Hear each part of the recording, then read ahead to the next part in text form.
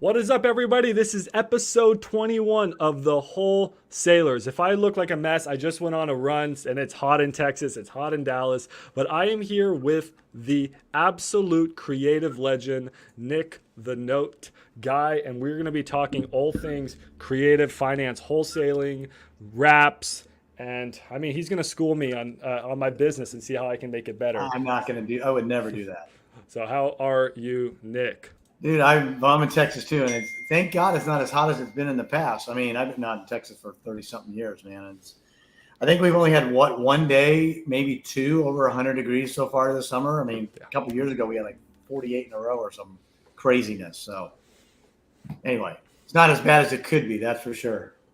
So I think most people have seen you in the space before. Most people have heard about you, but can you explain to the people who you are? Well, look, I tell you, it's funny because when I speak, I don't speak a lot. I'm not a front of the stage guy. I just do deals, right? But when I do speak for a lot of the, educators out there, and I asked, I'm in an audience. I was in Phoenix one time. I was at an event for some of the Phoenix guys, and there was maybe, I don't know, 300 or 400 people in the room. And I asked them, I go, who was doing real estate, before 2008, right? It's like no one, like five people raised their hand. I mean, so like I've been doing this a long time. I've been doing creative for over 20 years. This is nothing new. I mean, people think it's new. It's more relevant now because there's things that we can do creatively. We have access to better data, better systems, but it's all in the deal structuring is the only thing that matters. And the creating of the note is by far way, way more important than anything else that you can do. And this is where most people fail, to be quite honest with you. They get the seller to say yes to the creative offer. They go raise their private capital, which they do incorrectly most of the time. And then they go sell it. If they sell it on a wrap, they don't understand proper compliance and underwriting and due diligence of the borrower, a lot of things. And all those things have potentially a negative impact on the deal. And this is where most people fail. So, but if you're going to keep it and hold it in your portfolio, well, you have a lot less potential issues. You can't. But let me tell you something. Most of it, if who wouldn't want to buy something creatively and not put any cash out of pocket and keep it in their portfolio? I mean, everybody would want that. But in reality, I mean, I've done this over 1,500 times myself personally, signing on the closing disclosures. You can go Google it. You can go, I can't Google that, but you can go to the county records and see I'll give you all the entity names, whether it be American Capital, whether it be Rilix Capital, which is the company. I didn't even say this. I built a transaction management and creative deal financing company for owner-occupant buyers that I sold to a 100-year-old federally chartered bank.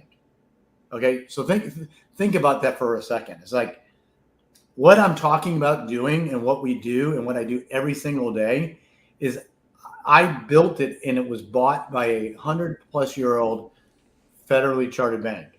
Okay, I don't know if anybody's ever dealt with the bank before, but they are probably the most compliant-driven industry, probably next to healthcare that there is, and they might even be more. They might even be more. Let's be honest. And the fact of the matter is that I went through 10 months of due diligence with them and underwriting and under the microscope. And at the end of the day, they said, we like what you do. We understand why you do it. And how do we get a piece of this? And this is the biggest challenge that most people don't have. These are not real estate transactions. People think this is real estate. It's not. This is a financial calculation. It's an algorithm. It's amortization. It's all this other stuff. And at the end of the day, I'm not buying somebody's house. I'm buying their debt. I'm controlling. I could give two shits about the house, honestly. Yeah. That house is no different than a guy on the left, on the right, or across the street. But what is different is how I can acquire it from the debt perspective. Cash is one way to acquire. Well, guess what? If you want to acquire with cash, you got to come in. You got to be extremely aggressive. Because how are you going to make money? You're going to turn around, you're going to put an assignment fee in, you're going to throw it a fence and let somebody else buy it, fix and flip it, or do whatever they're going to do with it, right? So you got to buy it. Whereas if you do the creative structure of it, I can pay over retail. I can pay. I just made an offer on a house and paying them $450,000 on a house that's worth $400,000. You go, well, why would you do that? Well, because I understand how amortization works. That's why. That's how. Because when I get control over that for a certain amount of time and a period of, and I get terms that I want, it works. And that's why I built the whole deal evaluator software. A lot of people try to do this stuff with spreadsheets and stuff, and I did too. I did over 1,200 transactions, right? Maybe even 1,500 transactions. I stopped counting at 1,000, so I don't know the exact number. But I was trying to do all this stuff on a spreadsheet, and then I had Google engineers build me legit software. Anybody can go download and try it for a trial. It's at dealevaluator.com. We'll throw it in the notes or whatever. And I can run a creative deal scenario, and I can run 22 amortization tables if I wanted to through it. So you think about that. It's hard to figure out how 1 or 2 amortization tables work. Like I'm buying it over here, Wells Fargo, 4% debt, 27 and a half years remaining. I'm going to sell it on a wrap at 9.5%. Yeah. 30 year. How do you figure out how much you're going to make on that deal, right? So the software is an integral part. And what it allows wholesalers to do, this is really important. I didn't realize it when I built the software. This is interesting. I built it for my own consumption, meaning I needed something that was much more like a Ferrari than a Ford Focus, right? And I needed something that could allow me to compete effectively, but more importantly, I did it so I could figure out the profitability on these deals. But what I learned is that as great as it is a tool for my own personal consumption, it's even a better tool for wholesalers and realtors, because once they understand what a potential exit can be, they can establish a wholesaler can establish maybe a higher assignment fee for it, right? Because of the fact that they can, if you exit, everybody has a different model. Some people are fix and flippers, right? When they buy. Some people are buy and hold investors, and they might buy and hold long term. They might buy and hold short term. They might mid term. They might pad split it. They might turn around and wrap it. Well, each one of those exits yields a different profit model, right? And depends, some of it's, how much of it is cash now versus cash flow or cash later. Well, you have to know what your business is, right? So, but if as a wholesaler that's creating these structures, and we'll get back into the paperwork side of it and making sure everything is done properly, because it's really important that we protect the integrity of the transaction when we do these deals. Okay, this is probably one of the number one things I see that people that negotiate and get sellers to say yes to a creative offer, they don't do a good job of being transparent and protecting the integrity of the transaction. What do I mean by that? I mean, talking about you got to protect the seller when you buy it or contract it. You have to protect the buyer when you sell it, especially if you're doing it on a wrap. You have to protect the underlying mortgage company if there's one in there. You have to protect the realtor if there's a realtor involved. If you got a private money lender, you got to protect them. You want to protect yourself as the investor. Well, if you don't can protect the integrity of the deal, what happens is that the deal eventually collapses. Okay, and we see this all the time. And I have people going, "Oh man, I just did this deal 3 months ago, and now I've got this due on sale." I go, "Due on sale? How does that?" I know why it happens. Okay, but I've done over 1,500 creative financing deals. And you know how many times I've had a due on sale on any of my properties out of 1,520 something years? Let me guess, 0? Zero. Never, ever. I joke about it, and am I immune to it? Absolutely not. Okay. Mm-hmm. I could get one tomorrow, but you know what? It doesn't matter, because with proper underwriting and structuring on what I do, not only when I acquire it, but when I exit on it, it's just not really, I got a better chance of getting struck by lightning, honestly. Yeah, actually, you do. I just want to make sure I take a step back, because you've already covered so much information in this first 10 minutes. So Nick the Note Guy is the absolute expert, especially when it's coming to notes, which usually more have to do with seller finance, but you're doing a lot of subject to as well. But probably more buying sub to and selling on a wrap, which is with seller finance, or buying seller finance and then selling on a wrap, which is even more seller finance. So, and then you also have a lot of other, accessory businesses. I mean, you have an amazing software that helps you comp seller finance and wraps like I've never seen before. In addition, correct me if I'm wrong, do you have your own title company too? Or what It's else all do you do? integrated. So like when we do, Yes. like, this is a great point. So if I am going to take a deal that I negotiated with the seller, or somebody on our team negotiates with the seller, and they say, yes, I'll do sub two. Okay. The only way you're going to become a buyer of my deal is you're going to use our transaction management company that are approved, and you're going to use our attorneys. You're going to use our title companies. You're going to use our insurance, and you're going to use our underwriters and our servicers. Period. If you're not willing to do that, then guess what? You're not my buyer. I have no problem telling you no. Love that. Because I have to control and protect the integrity of the transaction. So this is super, super important. Okay. That's why we have the attorneys that we have internally. One of the things that we do when we negotiate deals with sellers, for example, I give my sellers a 3-day option period. How many times do you give a seller a 3-day option period to cancel? Yeah. Do you ever give your seller an option to cancel? Never. I mean, it doesn't exist. I've never had a contract where I've ever done that. Yeah. People go, why would you do that? Well, because I want to make sure that my seller I like that. is completely in the know. I want to be, look, I'm trying to talk to, in a creative deal, not a cash deal, in a creative deal. I'm trying to talk the seller out of doing the deal, not into doing the deal. Because I'm trying to make this thing last for 20 years. There's a reason why I don't have a deal on sale.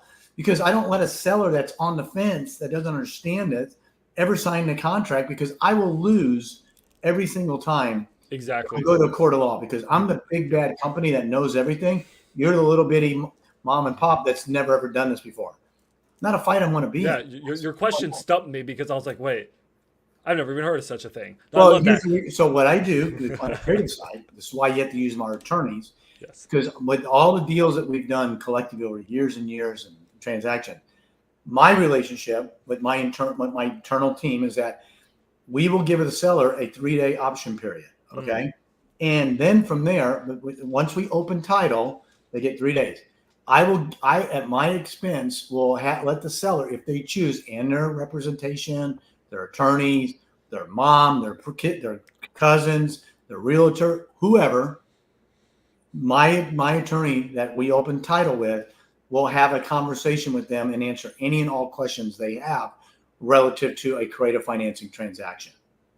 What about a deal on sale? What about this? What you think about everything that you can come up with? How do I know it's legal? I never heard of this before. Great. Here it is. Make no bones about it. Love it. Very, very similar to what Pace says. He'll have his attorney speak with their attorney and let them hash it out, or he'll jump on the phone and talk. Yeah. 100%. How many of the deals that come through to your desk are you wholesaling, or are you buying for yourself for your personal portfolio? Yeah, great question. So I just built another software. The funny thing, of all those 1,500 deals, I could probably count on two hands how many deals that I actually negotiated directly with the seller. 99% of that stuff came from wholesalers like you that couldn't figure out how to make a deal work, and we restructure it and I would do it. So either they come from realtors on market, or they come from they never negotiate. Well, now with technology and the data that we purchase and our software, we've changed our position, and now we're negotiating directly on this stuff. So a lot of now we're turning around and we're starting to assign. So to answer your question, I keep some of the stuff. I don't keep everything, because you run out of capital. Because my primary exit is a wrap mortgage. People go, why do you want to wrap? Why do you want to sell? Well, because it's what banks do, Max. Okay, banks don't own shit. How many real estate portfolios do you think Bank of America owns? Yeah, they don't own properties. They own a lot of debt. They control it. They control it because they give you a promissory note, okay, that says you will pay me, the bank, X amount of dollars a month for X amount of years. And if you don't pay, then I'm going to come and I'm going to come and get the property back. The bank's protected from that because they have a protection of the asset. So I learned a long, long time ago. Now, would I like to have a bunch of stuff in a portfolio? Maybe. But at the end of the day, if it's good enough for Bank of America, it's probably good enough for most, and it's definitely good enough for me. So with a wrap, and I want you to then, after I'm done with this, explain to the audience what a wrap is, because some of them may not be up to date. But with a wrap, to play devil's advocate, you're losing out on the depreciation. You're losing out on the appreciation. Sure, you're getting passive income, but you're never going to become a billionaire. Are you sure about that? So yeah, can you strongman that argument? So I think most people would agree that banks are pretty damn greedy. Okay, I would say so. If depreciation was such a big deal, I think banks would probably figure out a way to get a piece of depreciation. But a bank's depreciation is the amortization they get from the note. Okay, that's created. So when a bank goes and writes a $300,000 promissory note at 5%, I'm just going to use round numbers. Okay, 10%, whatever it is, they're getting all their interest first. Okay. That why, if you go look at an amortization table, you can go out 10 years, 15 years. Let me ask you a question. Go for it. Let's just say that, let's just use, because we do a lot of owner financing. Let's just say it's 9%. Okay. Even 7 or 8%. Can you explain what a wrap is before you go into it? Yeah. So all a wrap is taking existing debt and wrapping something on top of it. Okay. So let's just say that this is a $300,000 mortgage at 5% interest with 28 years remaining. Okay. And I acquire that however I acquire it. Then I take this, I leave this in place, and I put another mortgage on top of it at $320,000 at 9% on 30 years. I can do what's called an exact wrap, which means I'll wrap the remaining term of the other thing. I can do a new wrap. It doesn't matter. I'm just wrapping existing debt. It can be seller finance debt. You might own the house free and clear. I work terms out with you, and I take that. I do it all the time. I wrap everything. I keep nothing intentionally. If I take something back, I may technically have it. I might buy a portfolio that's a rental portfolio, but the exit almost every single time is a wrap. But this is what I do, and I know how to do it. And if you don't know how to do it, it's a very dangerous thing to do unless you have a team of experts that can help facilitate the transaction from acquisition to disposition. Did I answer your question on the wrap? Make sense? Yes, you explained a wrap very well. I think you were going. I was playing devil's advocate. Like, well, you're not getting the appreciation and the depreciation. Oh, we were talking about that. Yeah. Right. So why? Like, because now you just sold your real estate that will be worth $5 million. You just sold it for $500,000. You're losing all this money, right? No, I'm not. And here's the reason why. Because I get my word depreciation. First of all, you gotta have something to depreciate. Okay. You have to have something offset. Okay. Most people do not. Okay. But in the event that you do, depreciation doesn't last forever. First of all. Okay. That's another thing. There's still a correction at some point in time. But on amortization, I get all my interest front loaded. So my return is actually greater. If I write a 10%, I'm just going to use 10%. Okay. If I write a 10% note to you as the borrower, okay, and you pay me for 10 years, what happens in 10 years? You sell it, refinance it, whatever. What happens? You call for a payoff, right? Well, you call the bank. Mm-hmm. Okay. Who's the bank? Well, I'm the bank. Okay. Great, Max. You took out a $300,000 loan for 10% 10 years ago. You owe me $287,000. Even though you've been paying me whatever the number is for the last 10 years. I've got all my money. I've already reinvested my money. I've already done something else with it. But here's the thing, man. I get all that money back, but this is what we do, okay? It's the deal after the deal. This is what people don't understand. It's too hard to explain. You have to visualize. When you say, hey, I always get the right of first refusal to buy my house back from you. Guess what, Max? You want to sell the house? Great. How much do you want for it, Max? What's just 10 years from now? What's it worth? $400,000. Okay. Say I wrapped it at 2.5%, 3% debt. Okay. And you've been paying it down for 10 years. Max, what's it worth? 400,000. Great. You owe me 287. Here's your check for $113,000. Gotcha. So that's a very interesting take. Oh, wait, it gets better. Okay. It gets way better. Okay. So now I just paid you $113,000. Okay.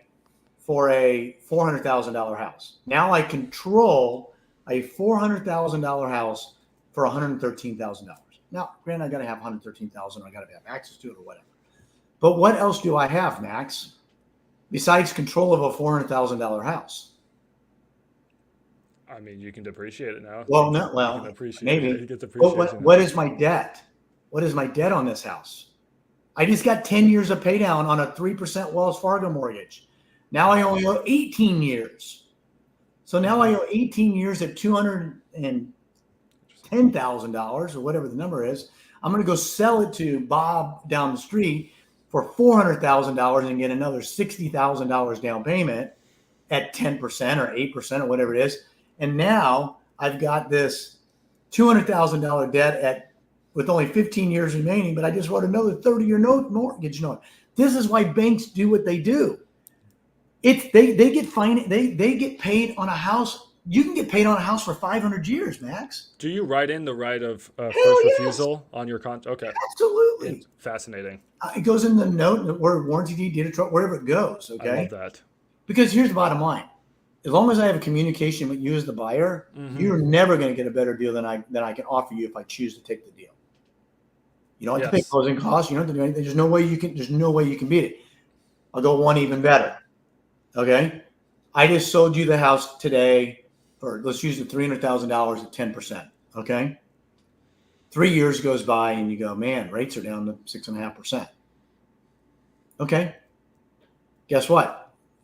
Did you get a pre-approval letter for the bank at 6.5? Because now you got your credit in order. You're no longer a penalty box, but whatever. Fine. Let me see if I can meet or beat the bank rate that you just got pre-qualified for. You know what, Max? I can get you 6.25%. Why would I do that? Why would I give you 3 years from now a 6.25% rate when you were just paying me 10? It's the same exact reason why I wanted to buy the house back. Because now, guess what happened? You just paid me 3 more years down on my 3% Wells Fargo debt. I know you're a good borrower. I could take the payoff and be out of the deal completely and make whatever my spread is. But now guess what? You start over again at another 30 years. How many times can I continue to do that? Eventually, my debt is paid off infinitely. In theory, you can generate infinite ROI, 100%. Now, it's easier said than done. I'm not saying that everybody should go out and do this, okay?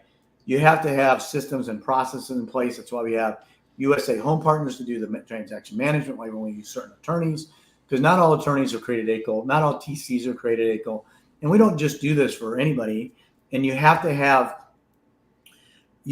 understand what this process is, and you have to understand the risks that go along with it. But I will tell you right now, we'll crush anybody that's trying to do depreciation model. Just will. Because you can't do it because I can generate infinite ROI. I love this. So that was an awesome take. I just had a friend message me who does a ton of wraps. He says, I'm changing all my deeds now to write in the right of first refusal. So he's already very thankful. But Mao, I have another question. So you're probably making 7 figures a year or plus in passive income off of these wraps, but you're not getting that magical depreciation, which I guess you don't care about so much. So isn't your tax burden terrible, like the installment sales tax and all of that? Yeah, so that's a great question. So I'm not going to talk too much about the legal and the tax side of it because I'm not an attorney or a tax advisor. But you have to have really good tax people, tax attorneys and stuff, because there's what this is called an installment. There's 2 IRS codes for installment sales, okay? And you need to make sure that whoever's doing taxation for you understands what those codes are. there's this thing called phantom income. Okay. Most people that don't understand, most accountants that are just basic CPAs don't understand like how phantom income works, or how to show it properly so you don't get hammered with that taxable event. Okay. And the good news on all of this, okay, it's an extremely gray area. Okay. And when things are in the IRS code are gray, that's actually a good thing, because if you have a really good attorney or tax consultation, it's very easy to defend one way or the other. Okay.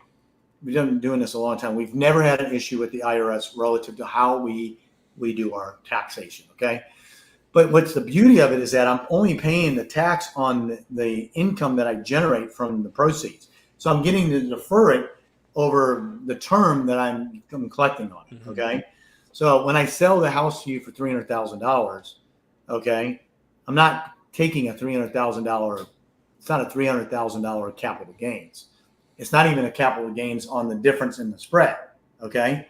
I'm only paying the tax on the cash, on the portion from the interest that I've earned.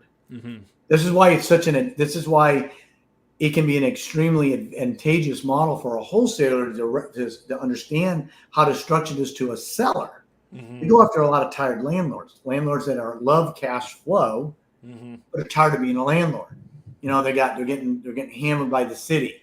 They're making them every year. They got to do all these improvements and all this other crap, and they're tired of being a landlord. So, but now they bought the house at $200,000 and it's worth $400,000 now.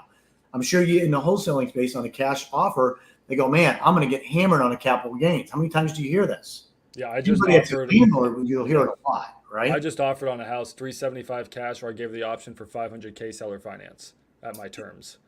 And are they considering the economic difference between the two? Yeah. Because if it's structured right, they're better off taking the terms, because they get to take the same advantage that I just talked about. Well, now they're only paying tax on the money that's coming in if it's structured correctly. In fact, we work with landlords all the time, and we'll get them the same amount of cash flow, maybe even more cash flow than they were getting as being a landlord, but not having to screw around with tenants and toilets and trash and all that other crap that goes along with it. And they get to be the bank, because they understand what being the bank is. That's all that we're doing, is showing people how to be a bank. Either we're going to be a bank, or you get to be the bank, Mr. Seller, to me as the borrower. And then I'm going to turn around, and that's where the wrap potentially can come in. So, love it. So can we talk a little bit more? So people are understanding wraps. They understand all your different intricate businesses. But now I think people are looking at a deal and they're like, what makes a good, creative deal, whether it's sub two or seller finance? You said you can make anything work. I was listening to Pace the other day, and he said he has orders a priority. If you take, there's probably 5 terms in a deal. He did not include balloon, so let's just call it 4 terms in a deal. You got your price, you got your interest rate, you got your down payment, and you got your amortization. Okay? He, in his order of priority, always said interest rate's the most important to me, then down payment, then amortization, then price. Price is at the bottom for him. Yeah. What would you say? It's funny you bring up Pace. Pace is a good friend of mine. Actually consulted for Pace before he started the sub 2. But that only because I'm a lot older than he is. That's probably why. And I've been doing it a long time. The old guys are getting cool again. So for me, so there's 5 variables when I do it. There's the price, there's the term, there's the interest rate, there's the actual payment, and there's the cash down. Okay. For me, by far, the most valuable of the 5 for me personally is term. The longer I have, okay. Not even close. Love that. I'll take a 30-year term at 7% over 2% on a 10-year balloon all day long. So you hate balloons. You're like, no, I don't hate them. Balloons. I don't hate them. I do them. I just bought a portfolio. Sometimes I get 8 years. Sometimes I just got to. This is where my software comes in, because it's a bunch of levers that go up and down. Okay, if you want price, then I need my term. So you get to pick 2. I don't care what you pick. You can pick price and cash down. Okay. Fine.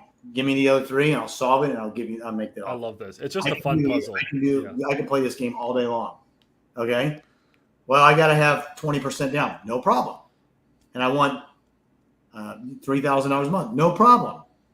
Now that means I'm going to go into my software. I'm going to solve for what I need the other three things to be to work for me, which are interest rate, whatever the other two are. If you want price and down payment, then I'm going to get term. I'm going to get monthly payment, and I'm going to get what was the last one? I forgot. I've only done 15 of them. Down payment. Yeah, whatever it is. Yeah, right. Whatever the third one. Anyways, okay. You know what I'm saying. So the most important one to you out of everything is the length of the loan. Fascinating. On a seller carryback, if I'm getting seller financing, if I'm getting seller financing from the buyer instead of assuming, all loans are assumable, by the way. That's what most people want to think. Even a sub 2 is assumable. It's just a non-qualified assumption. I'm still assuming the debt. Okay. It's just a non-qualified assumption. I don't usually use those terms anymore, but because people go, oh, it's not assumable. Well, it's a non-qualified assumption. I can assume it to the color of the sky. Yes. Okay. So term first, and then is there something else that matters on a seller financing? On a seller finance one. Sub 2 is a little bit different because I don't control the back end. I don't control the front end of the deal, right? I'm at the mercy of the seller to cooperate and play.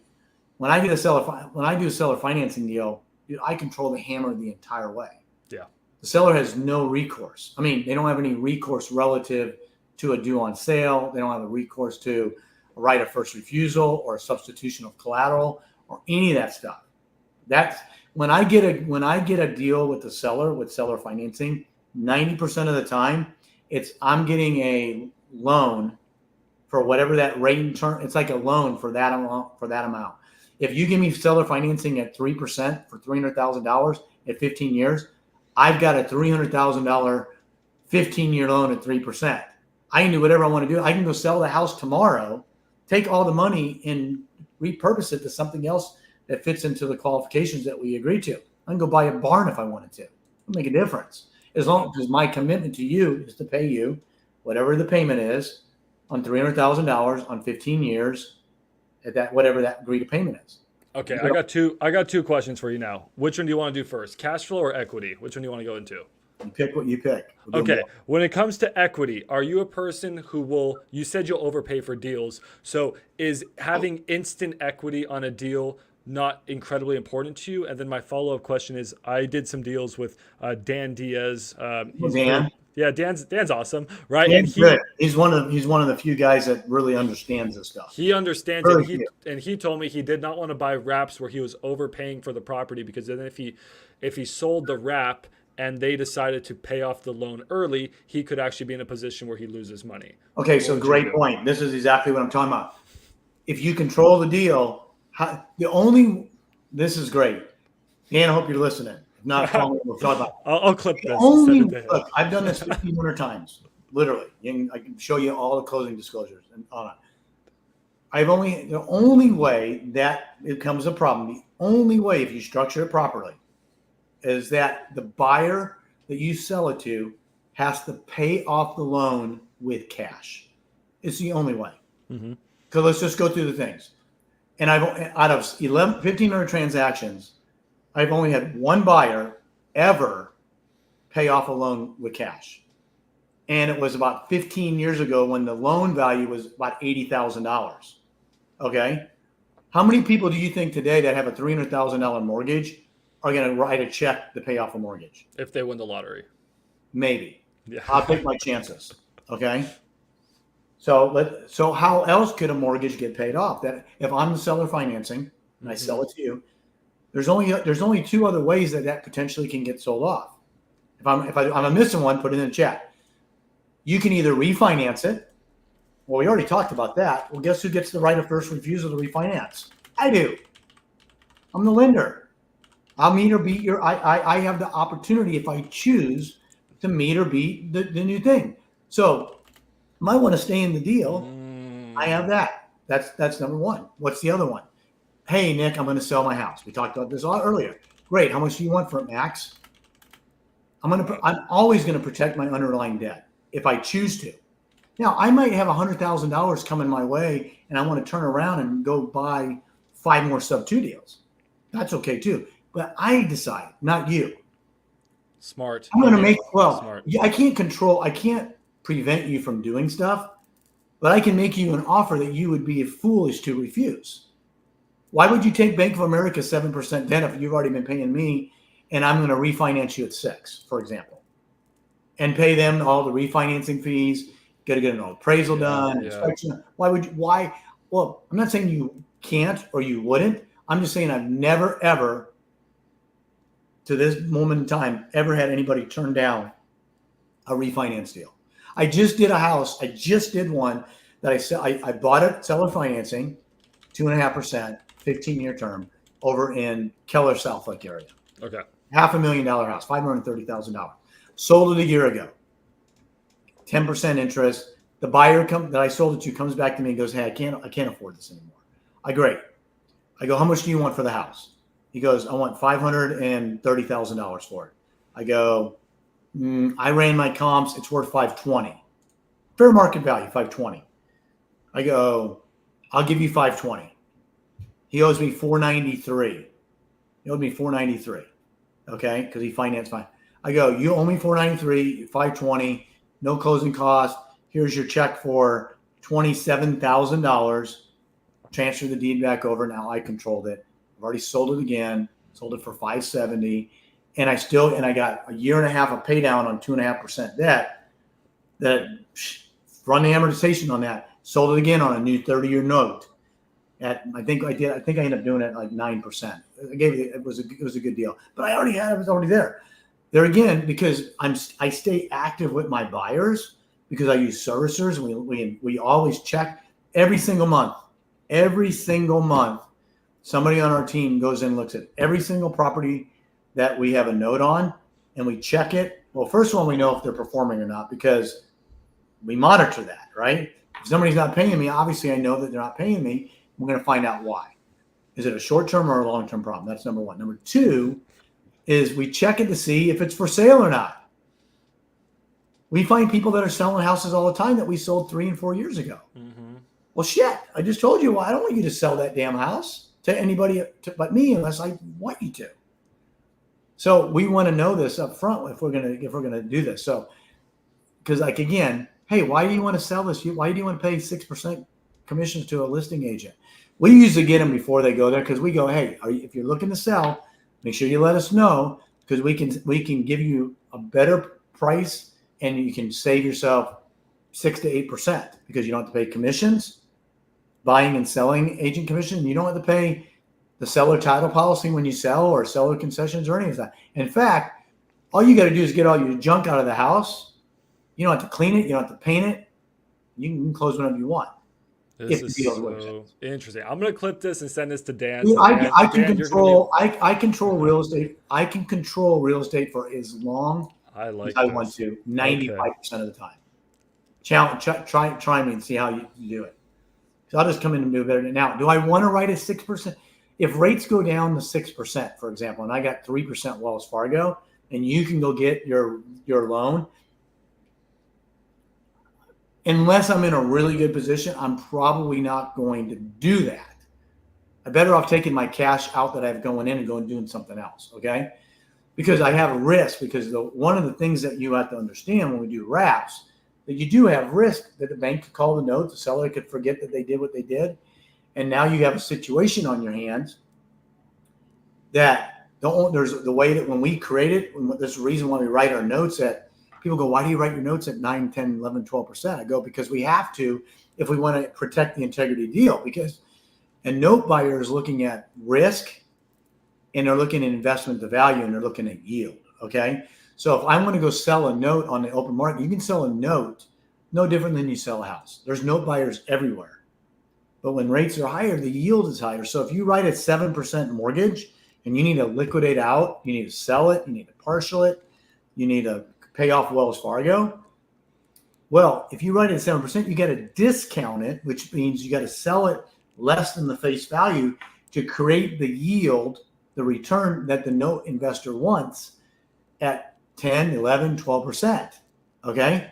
So if you write it at 10 and you got to discount at 2 points, the discount's a lot less than if you write it at 6 or 7 and discount to 12, because they don't care what the face value of the note is. Okay, a note buyer typically does not care what the value, the interest rate, the coupon rate is of the note. What they do care is what their yield is. So write it at 5%, they're still going to get 12%.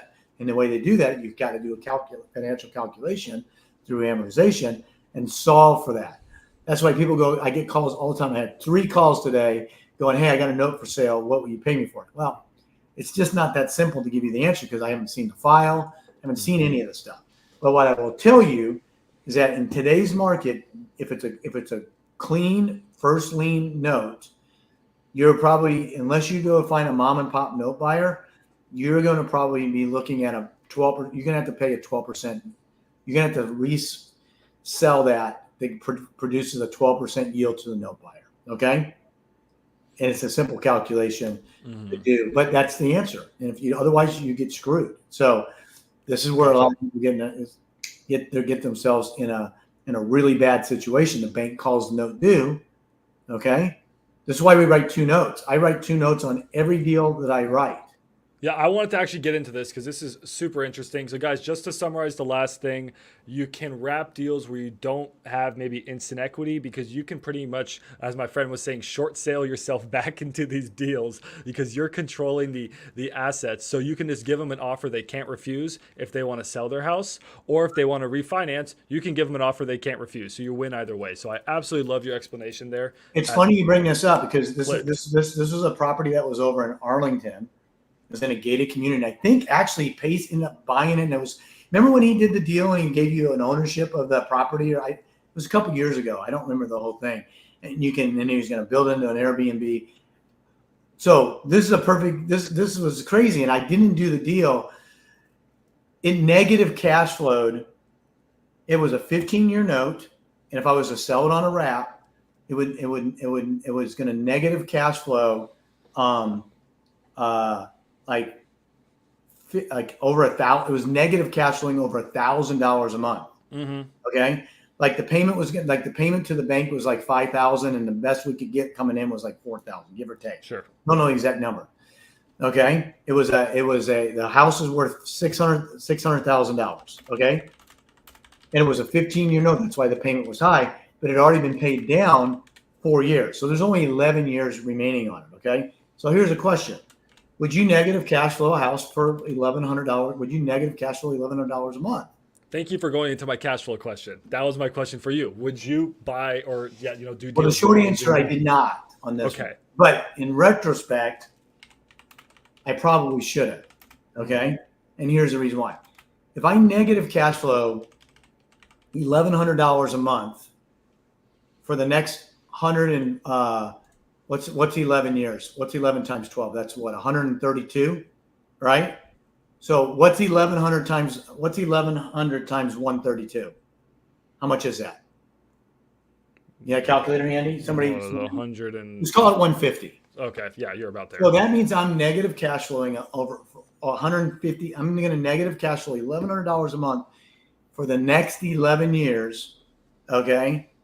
Which means I'm going to, in 11 years in, I'm going to end it for about $150,000. Okay. Okay. Well, what do I have?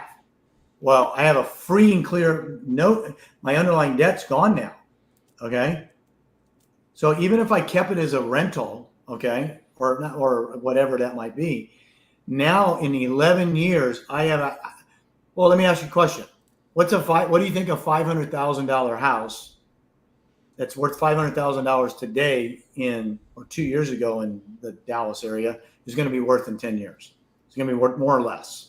A lot more, probably double. You know what I mean? A lot more.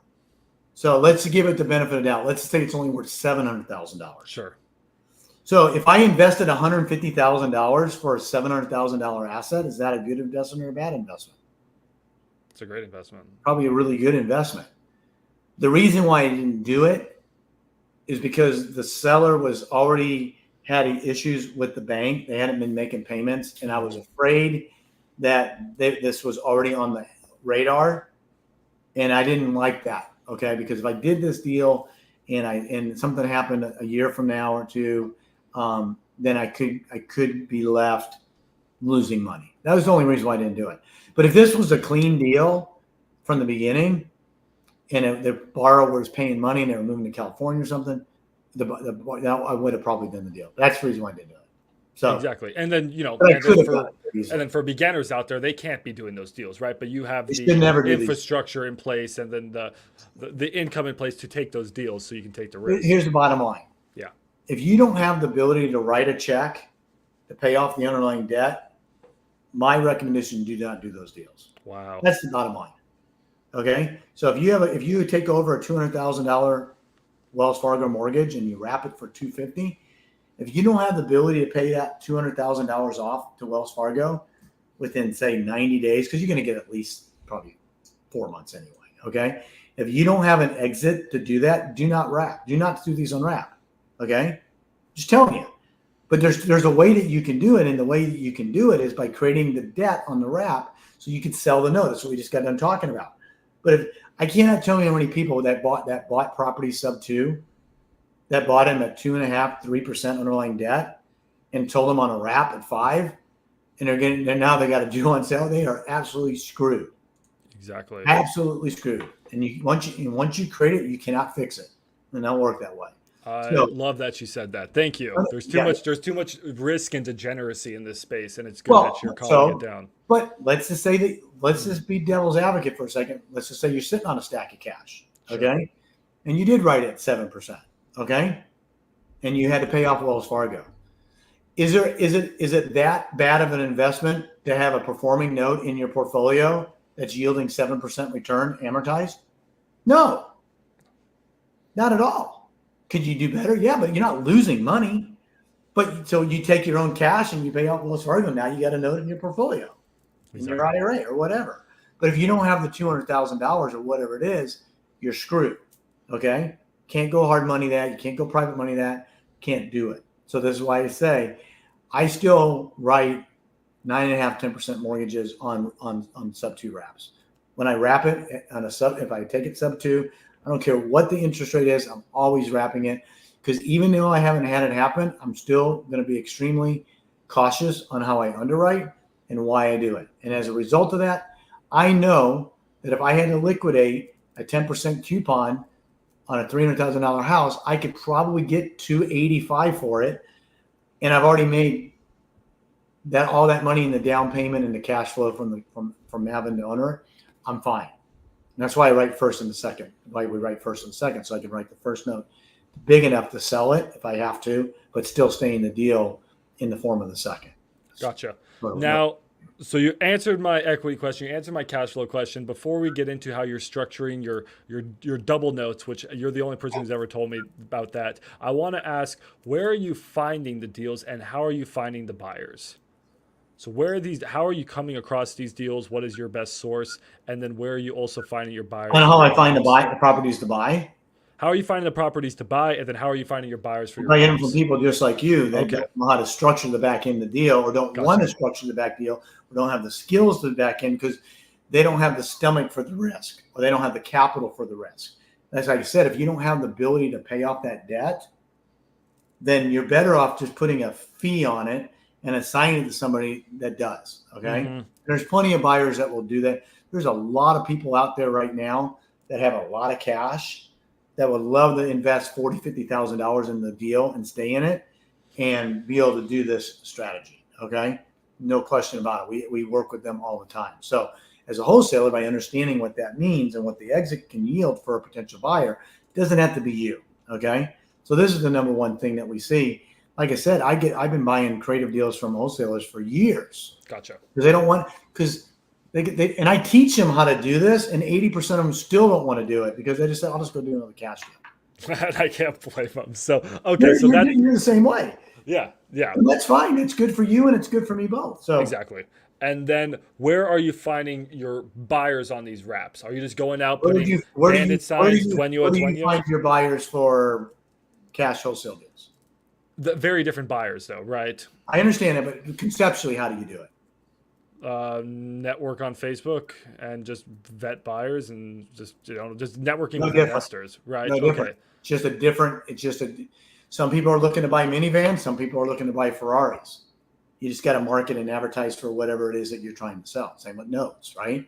So, we go, I've been doing this such a long time. Sure. When I sold the company to the bank, like I talked about, when they bought all my assets and everything, I had almost 30,000 owner finance potential buyers in my database. Wow.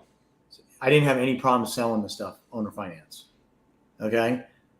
It's the way you market, look, we're providing financing. How hard is it to go? Like I have a house I just drove it today over in Forest Hills. Bought it from, matter of fact, true story. The wholesaler called me and goes, because I've worked with him before, and he goes, "Hey, Nick, I got a seller. There's no way I can't get him his price because he owes more than what my cash offer is." How many times have you heard that story, right? They owe more than what your cash offer is. I said, but he's open to creative. I go, fine. Let me run the numbers and see. So long story short, he went from not having a deal to making about $8,000. He made an $8,000 wholesale fee on a dead deal. No, that's not the point of where I'm going with this. So we took that down. And so now what we've done is that now we take this property back. And I said, now what we do is that we just go in and I look at everything. One of the things that we do, it's easy to do, is I go and I look at I contact all the not me personally, but our team contacts all the agents that have sold a house in the last year within 2 miles of the property and go, "Hey, congratulations on selling 123 Mayberry Street. I got a property on Ann Glen. Do you have any buyers potentially that need financing and can't get a bank loan? You interested? It's an off-market deal. Pay you full commission."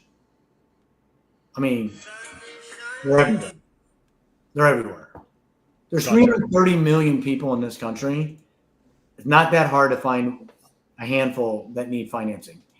Fun fact, 65% of this country right now can't walk into Bank of America, Chase, or Wells Fargo and get a traditional bank loan. I can't do it either because for different reasons, because I own multiple companies. I'm not a W-2. I'm not a pretty buyer. Banks like pretty buyers, okay? They want you to have a W-2 job. They want you to be there for 2 years. They want you to have X amount of money in the bank. A lot of things, okay? I don't. Gotcha. That's number one, okay? Number two, a lot of people, they're self-employed now. There's a lot of reasons that prevent them. I haven't checked this recently, but when I checked it the last time, the average declined credit score was 711. Declined. Whoa. 711. Because credit isn't the only thing that determines if you can qualify for a loan or not. Your DTI, your debt to income ratio. Okay. How long you've been in your job?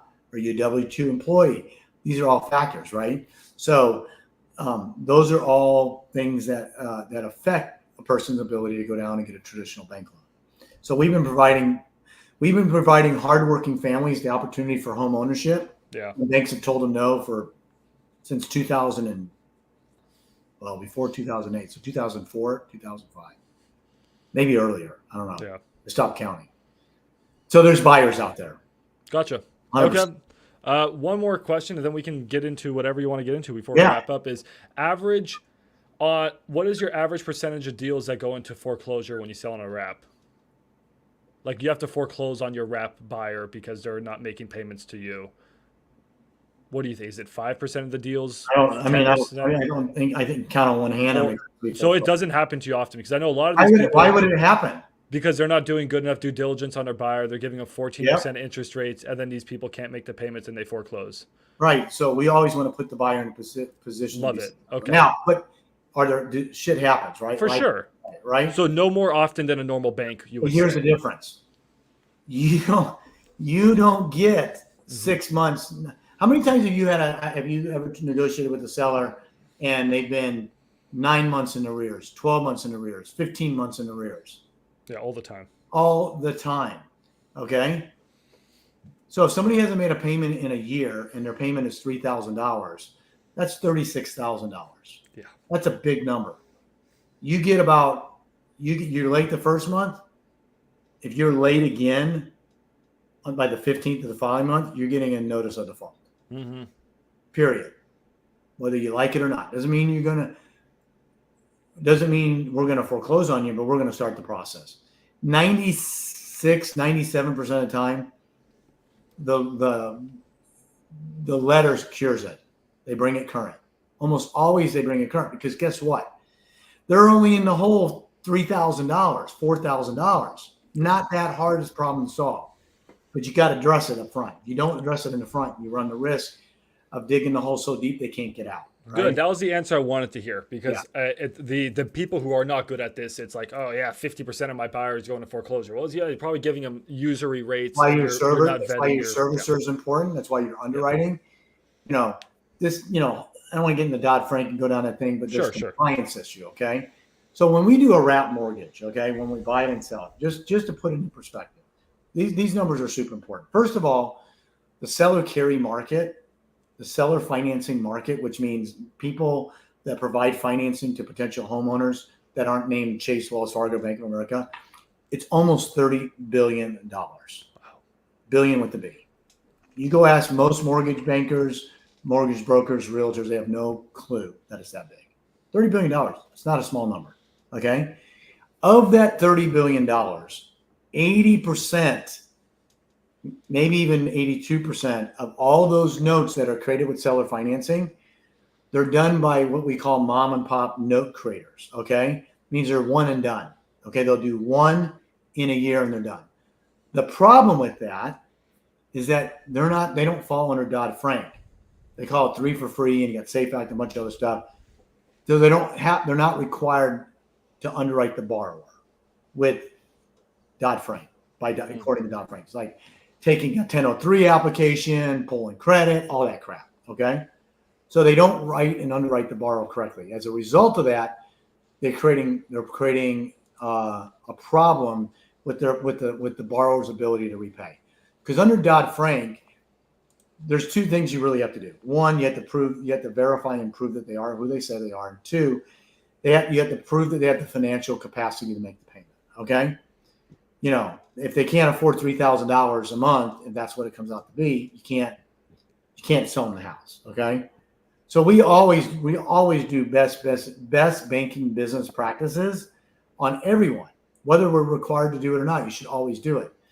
So what we do as part of USA Home Partners in our underwriting process is that we want to make sure that we're writing a private mortgage, that $30 billion, just like Bank of America does. Good. Okay.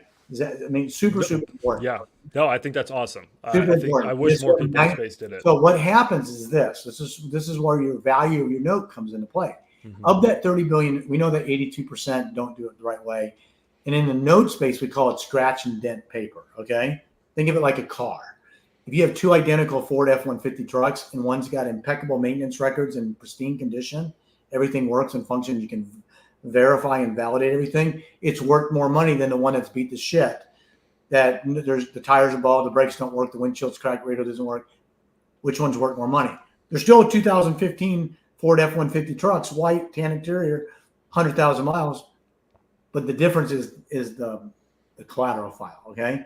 95% of the private mortgage notes that are created would fail bank underwriting credentials and criteria.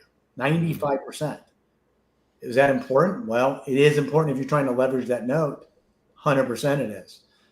This is what took me 400. This took me over 420 something, 3 notes or whatever it was, to figure out why I was getting crushed on discounts.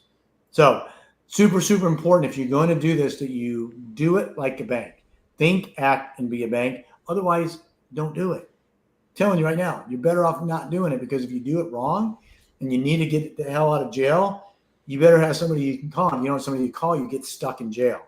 The last thing you want to do is be in jail. Plus, it's just the right thing to do. You want to make sure the borrower is underwritten correctly, because the last thing you want to do is have a borrower default.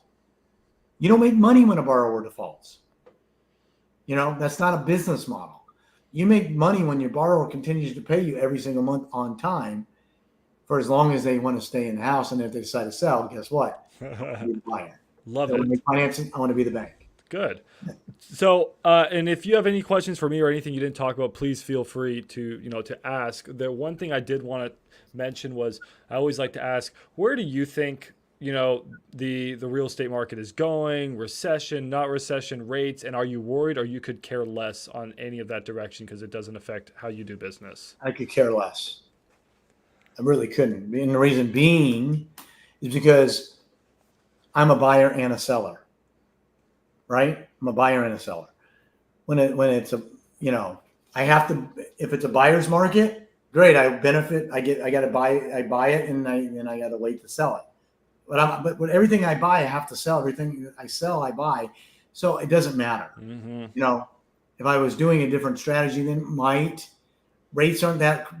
Look, I was writing 10% mortgages on wrap buyers and owner finance buyers when rates were 3%. It didn't change anything. What has changed is prices have gone up. So the affordability has changed. The rate's not the issue. The rate's not, it's the affordability. Okay. So a $200,000 house is now $300,000 3 years later because prices have been pushed up. Now the payment has gone up, which means the affordability doesn't work for all the people. That's the biggest challenge, is the affordability. Do you think the affordability crisis is going to cause problems? And you think it has to be fixed with either prices going down or rates going down, or do you think it can just stay as it is? I mean, you're the one selling these deals. If the government allows the free enterprise system to work, it self-regulates itself at the end of the day. But what's happening is that, and I haven't seen the statistics recently, but for when it was a buyer's market for a long period of time, 20% of all those properties were being bought by funds, private equity groups, hedge funds, stuff like that. Oh, and way more in Dallas. There was some areas where it was 30 plus percent across the board. I think it was 33% in Dallas at one Guess point. What's the difference between those people, those companies, entities buying it versus you or me? One, they have a lot more patient capital. They have a lot bigger pockets, a lot deeper, a lot more money. And guess what? They're okay with the 4 or 5% return on their investment. They don't care. It's more about asset preservation to a lot of folks than it is about making a 15 or 20% return. Okay. They've already made the money. Now they're trying to protect it and make it good.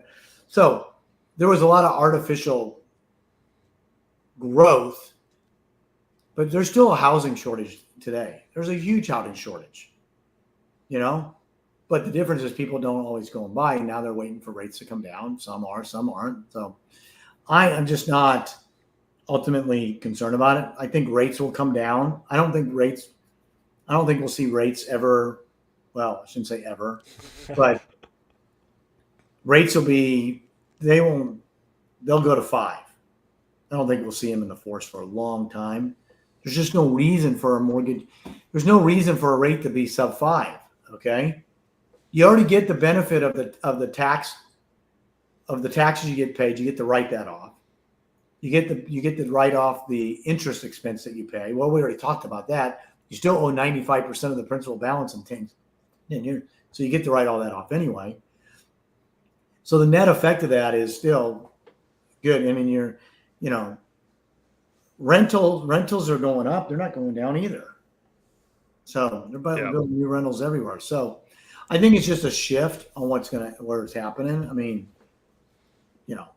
I just didn't affect me in 07 and 08. I got scared in 08 for about a year because I didn't know. And then the market shifted and went bonkers in the mid 2015 to 2020, where everything was over asking by $100,000, and we still made money in that. We're making money now. You just got to shift and pivot a little bit and figure out what is the best solution. Not panic. You can't panic. You got to know you got to be confident in what you're doing and how you're structuring it. Like when I buy something from you, for example, that's creative or sub 2 or seller financing deal, I used to be 3 months holding. I'd have 3 months in reserves to make sure that I could make sure I had enough time to find my buyer. Then it went to 6 months. I've done this over 1,000 times. I hold 8 months now. If I can't make the deal work by holding 8 months of holding costs, that's super expensive capital when it's short-term capital and it's private money and it's 8 months. The reason is I don't want to panic and have to have a fire sale and sell something for, less, or write it for less, or, create something that's there. I've never had one go 8 months yet. I've had a couple go over 6, almost seven in a week, but I could have sold them for a little bit less, but I've been doing this long enough. I still don't own a property that I couldn't sell. Wow. So until that changes, I just change how long I'm holding it, so I don't panic. This is where another problem that a lot of people have when they try to do wraps. They don't borrow correctly. They don't have enough capital to correctly fund the Wells Fargo payment or the private money payment. They think they're going to sell it in 2 months, and 5 months later, they still got the property, and they go, holy crap, I got to write another check for $3,000. I'm out of money. That's it. You can only tread water for so long, so you have to borrow a little bit more money. That's the only. Yeah. And I mean, yeah, so you're really making sure that when you're buying deal, and you're not wholesaling them, you're actually closing on them and then finding out a buyer. And when 100%. you're buying them, you have a huge amount of reserves, because 8 months of private money is 10%. And then plus you have all these other costs associated with it, holding costs, and then the bank loans and all that. So you're really making sure that there is room on each one of your deals. Yeah, I mean, I'm just being, I'm protecting the integrity of the deal, the private money that I have, that I'm out there, so I can make my payments. And it comes out of my pocket. But you know what? If it takes me, an extra 6 months, 3 years and 6 months to get to cash neutral versus 3 years, it's well worth doing it. And if I sell something faster, then I just get the cash and it goes in my pocket. It's not a big deal. Yep. Awesome. Now, my last question for you is, what is next for Nick the Note Guy? Where do you want to go after this? We're pretty much doing the same thing. I mean, okay. I'm extremely bullish on this. I buy deals. You got deals, got to send them over. We sell a lot of stuff because we negotiate. Our internal team negotiates nationwide, and then we take those contracts that we get and we sell them like leads.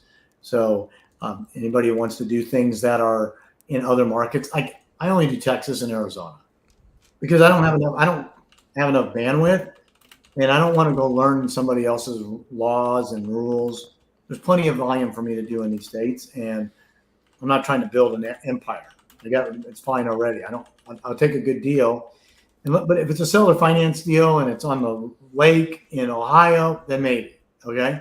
But it's some Wells Fargo sub-2 deal in the middle of Pittsburgh, not for me, but it's for somebody else, and if I got that on a deal, I'd sell that. And I would wholesale a creative deal. But they got to use our system and our process and our team, because I can't afford to when we negotiated initially with the seller or their agent, I got to make sure that if you're the buyer on it, that you do what you need to do to protect that transaction as well. This is why a lot of people shouldn't be doing wholesaling, is because they don't understand what that is. Like, one of the things that we do, we always do an exit interview with the seller, recorded on a Zoom call, regardless. But like, you go get a creative deal, you say, hey, Nick, I got a sub-2 deal, 3% over in Dallas. You interested? Yeah. How much you want for it? $10,000. Great. Here's the contract. I need you to set up a Zoom call with the seller so I can make sure they fully understand what you negotiated with them, because I don't trust you. Good. Love that. That's simple. Because you're out of the deal, I'm not. Okay. And then they have their 3-day option period even after that. 100%. Want to back out. I'm going to put that in there. And if you don't like it, then don't sell me the property. I'm fine with that too. Look, this is a true story. And I was buying a sub-2 deal up in Addison. It was a condo, and I wanted it because I lived in Austin, and I was going to go back and forth. I was going to use it for my office, and I was going to let my son live there. And I was going to use it. And it was a good deal. It was like 2.5%. And it came from a wholesaler, a big wholesaler. I'm not going to mention their names. I'm not going to mention his name or the company name. But you know who they are if I said it. And I said, you know what? I'm closing it on Friday. I was going to Dallas. And I go, you know what? I'm just going to go walk the house, because it was furnished and the pictures look great. And I go, you know what? I'm just going to go walk it, because I got to bring some stuff in. I got to see where stuff's going to fit. I got to see, just because I got pictures. Is he taking it from this angle right here, but what's on the other side is a big hole that looks out to the freeway? I don't know. So I called the guy, and I called the wholesaler. He set it up. He goes, no problem. The guy will be there. So I get in there and I'm saying, walk into this house. I'm having a conversation. It was right before the Super Bowl, and anyway, we're talking about the game and stuff. And he's getting ready to. I go, man, you got a nice place here. I go, why you moving? Or what are you doing? He goes, well, I'm getting relocated to Phoenix. And I go, wow, great. I go, if you ever want to do a transaction similar to what we're doing right here creatively, let me know. I'll hook you up and I'll find you something. I won't charge you anything and I'll get you a deal. And he goes, and he looked at me sort of funny and he goes, what are you talking about? Well, I'm taking over the mortgage. I'm going to make the payments. I'm going to give you some cash out of the deal and I'm going to continue to make the payments for as long as I need to. And he goes, and he just didn't quite comprehend or understand what I was saying. He goes, well, I'll just, once you pay this off, I'll just take the other cash out of the deal and I'll just go get another loan. I go, it may be 2 days, 2 weeks, 2 months, 22 years. I don't know. He goes, what do you mean? I don't know. I'm not paying. My intention is I'll pay it off when I'm ready to pay it off. And he goes, no, I thought this was going to be paid off in a couple months. I'm going, holy crap. That would have been catastrophic for me because it wasn't I was buying the debt. Can you imagine now I got a guy that's pissed off and now I got to deal with the consumer now. And it's like, this is what we're doing. So we record everything. We Zoom it just like this. I go, you sure you really want to do this, Max? Are you really sure? Are you really, really, really sure? Yeah, you got to get on there. You got to explain. You understand what I'm we're doing? not paying off your debt. Your debt to income is going to be affected. There's so many things. We can help with that too. But yes, right off the bat. I am buying your debt, Max. Mm-hmm. I am not buying the house. I could care less about the house. It's a beautiful house, but why I'm buying your house and not the guys down the street because I'm buying the debt. I don't make any bones about it. I'll sugarcoat it. You're the biggest asset the seller has is their debt, not the house. So I'm buying your debt, and I'm willing to pay you for that. I'm willing to overpay you for it. If it's the right debt, get you all your cash out, get your equity. I don't equity strip. I don't do any of that crap. Okay? You don't have to because if we structure it right, this is why I'm able to stay in deals for a lot longer than most because the expectations have been met with the seller, period. I've only had one seller that I can remember come back to me and go, hey, man, and this is exactly what he said. He goes, I know that I said it was okay that you take over the debt. I bought 2 houses from him, and he was an investor that had him as rentals, but he worked for the government. He goes, I know that's what you said. But he goes, is there any way we can get this debt paid off? Because I'm getting hammered once a month from the government going, why do you have 2 rental properties in Dallas? Why do you have them on you? Why, they're doing background checks and clearances and all that stuff. And he's trying to explain it to him, and he sounds like he doesn't know what he's talking about. It's like he's lying. I go, let me figure it out. So I took him, and that's when I created 2 notes. I sold them. I sold them. Actually, they were. Remember, I said I don't do rentals. I literally kept them as rentals in this case. They were rentals because. Funny story on that. I talked to both tenants. I go, look, I have 2 rules and 2 rules only. One, I'm not a landlord. You can stay here as long as you want, but don't call me and ask me to fix anything. I don't care. If you have a problem with it, I'll be happy to come in and fix it, but I'm going to give you your 30-day notice. So just understand that. If the air conditioner's not working, stops working, I'm happy to come fix it because I'm required to do it, but I'm also going to give you your 30-day notice because I don't want to be your landlord. So as long as you make it easy on me, and I did that for like 3 years. So then he comes to me and goes, I really, really need out of this. So I said, no problem. I gave the 30-day notice to the tenants. I said, I have to sell these. They couldn't buy them. I got buyers. I wrapped them, created a first and second note, took the first notes, sold the first notes, paid off his underlying debt. He was gone, still stayed in the deals, still cash flowing. I think I still got both of those notes still today. They're small, $20,000, $30,000 second liens, but there's no debt on them. They're free and clear. That's it. So it's all in the structure and doing, but you have to be transparent with the people that you work with. They'll appreciate it, and you can't be afraid to walk away from a deal, no matter how good you think it is. If the seller isn't fully on board, I'm telling you right now, it's not worth it. Not worth it for you as a wholesaler. Not worth it for me as a buyer. It's not worth it for the seller either. Exactly. All Hey, right. I'm sold. I mean, I've been waiting to buy my first wrap. I own student housing, and I cannot tell you how many tenants and toilets I deal with every single God day. bless you. Hey, So somebody's got to do it. someone's got to do it, but I would like to also own some wraps to earn some passive income. This has been honestly absolutely amazing, especially that first right of refusal has been a game changer for me. Now, Nick, how can, people, what? So yes, you have your software. If they get deals, close them with you. What else can we, Yeah. So, we do got a for couple of you? different, we have resources for it. So like Sure. If you want to share your screen, or I can pull it up on mine if you'd I prefer. don't have anything really new, but I am going to put up, I used to have a slide, but I just changed it. I'm trying to see if she sent Yeah, it. no worries.